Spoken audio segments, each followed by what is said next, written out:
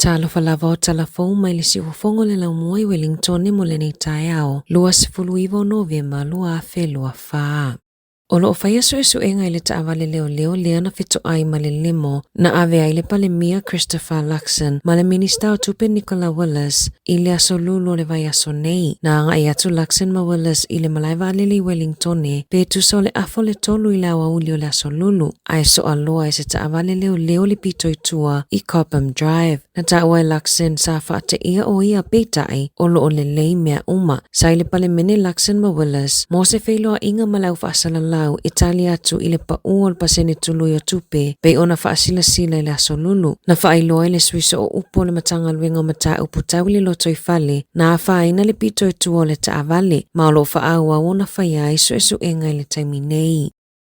E tu sama le 5 luenga ua toi fuafua e faamuta i le au nanga ale soifua maloloina le Pacific Health Service. Faalia le au nanga o le numero moni o ngā luenga tu mau ua ave ese e fase fuluiva. Totoia i le iwa sfuluiva o matafa ioi i le au nanga. E le o afia i matafa ioi ua ave ese ai o lo o ava noa pea. O le aso lulu na faailoa mai ai e lata i le afe 5 se launga luenga i le te fatu ora o le afa amuta pe ona lipotia i le leiti o New Zealand. Ua wawe whaai uina le tausanga whaalea o onga mo tamaitia onga mātutua i lea onga ale kaupapa Māori i Māngele. Ona o le toa i tite o tamaiti e o atu ia onga. E toluwa yaso ua wawe ai ona tu ua wasenga mātutua ona ua maita uina le toa tele o tamaiti lea o onga. Na tu ina atu se tu si mātua ma whaailoa i aile mafua anga o le awawe tu ua i wasenga mātutua mo le tausanga lea e tu ua i lea so. E toa se fulu tamaiti o le wasenga sifulutolu na fuafua e awai ta alonga o le wiki hakina kina i kalai estete leo le ato e whaafo ea la tupe na fuafua mo ia whainga malanga. Ua wawa aila tau na whaau umai ia awa onga tau whaafo mai ina ia sa iringa luenga mataliava no whainga luenga o lo ofa mai Australia mai isia tunu i whaafo ato New Zealand. Ona o le afol au whaau e le o mawaninga luenga i le te whatuora pe ona lipotia le One News. Whaalia se tasi o le uni o tau si soifua o ia fo e whai masui o tamaitia onga o lo ave le whaafo mai e whaapea ua le mawhai le matanga luenga o soifua malolo ina ona whaatino ana tiu te whaavae. E fuafua i tangata whainga luenga tau si soifua mo le lumanai. E walu se lau whaasfulu whaanga luenga na o fuatu mo le au whaau mai le afe ono se lau se fuluiva o fo mai na whaau. O le whaanonoanga o nai tolu tau sanga o ngā lulue ma o onga i mata upu whaafo mai peitai o le toa tele e le mawhai o na mawani ngā luenga ma o se whaafita uli tele lea mo lola tau lumanai. O isi o le amalanga i whafo ato New Zealand ai mai se au se talia e sa ili ngā luenga e ui ina le manana o iai.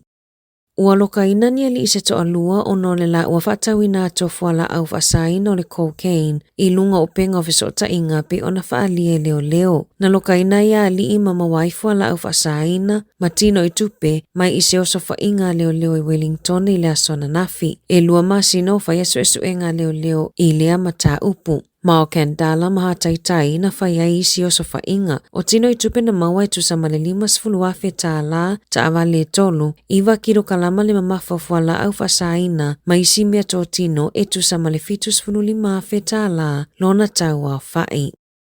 Ua whesilingia David Sāmoa le minista e nafa ma le wha Mac. Se whaamalamala manga ina ua tau fia le whaatupenga o le fuala au mo tina matamaitai le estrogen patch. Le e whaonga e tina matamaitai ua maua i le menopause mai tali tonu e te lelo na o ngā mo tina matamaitai. O le whai unga na whai le wha Mac ina ia sui le hormone replacement therapy patch i le Mylan. Matao file whaatupenga o le estradiol i le whai unga o le tausanga fou. Ua langalanga manato le toa telo tina matamaitai i lea mata upu. Ma ua langona i le whaanoa noa ma le popole i lo la tausoifua maloloina. Na ta ua si mua i le asotofi na whesota i ma le wha Mac e whaalia i le popolenga e winga i lea whesuia inga.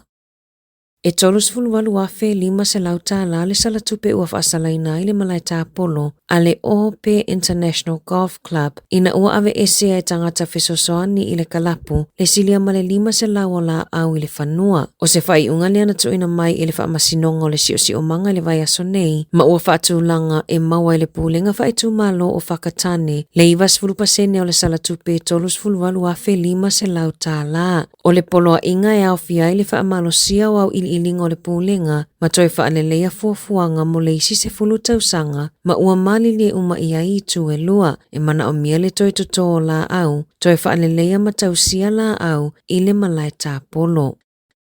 E te lepitonu i New Zealand ua whengai ma whaafita auli o le toai titi o whaia onga ma ua tau iwi pulea onga ma popolenga o le lawa o whaia onga mo le tausanga fou. Na whailoi pulea onga i le tio New Zealand ua matua i mo o mia whaia onga mo le tausanga fou e talia i le lata i le fast fulu a whio tamaiti fou o whanau a tangata whainga luenga mai fafo. O lo o whaalia le mawalunga o le numera o talosanga a whaia onga mai fafo moninga luenga i New Zealand peitai o lo o manana o pulea onga i whaia onga na o tauina ma whaauina lawa i tutono New Zealand. Whaalia le peristene o le asosio pulea onga i Southland, Simon Bell, o le taiminei o lo o tausa i lipea whaia onga moa onga i valu se fulu i Southland, ma o lo o tulituli loa ina fo i tamaiti tausanga tolu, ua lata ina whaau umaya onga whaia onga ma university, ina ia vaveo na lata umaua, aile i fuafua ia anga i whafuato New Zealand mo ngā luenga. O se whaafita au li lea o lo o whengai ma le tele o onga i New Zealand, i le taiminei.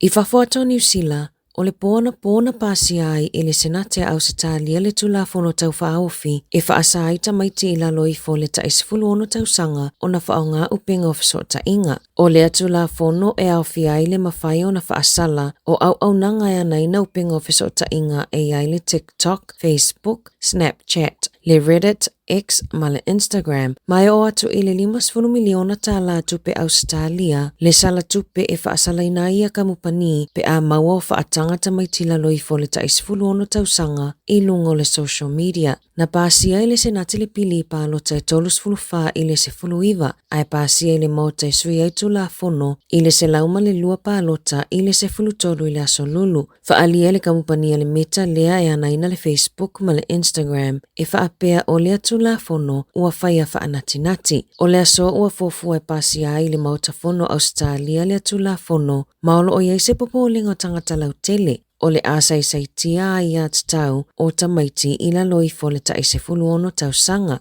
O lo finau fo ile au te ele atu la fono e whaapea o le a wha ese ai tamaiti au se talia. Ma o le a tau fia i la tau mai i tu le lei o le whaonganga o penga o feso ta inga. Na maua isu enga le toa tele o tamaiti pule leo le lalolangi ona o sawanga i lunga o penga o feso ta inga pe e tasi leo mafua anga uala ai au se talia e whaiale atu la fono ina ia pui mai ai alo ma whanau.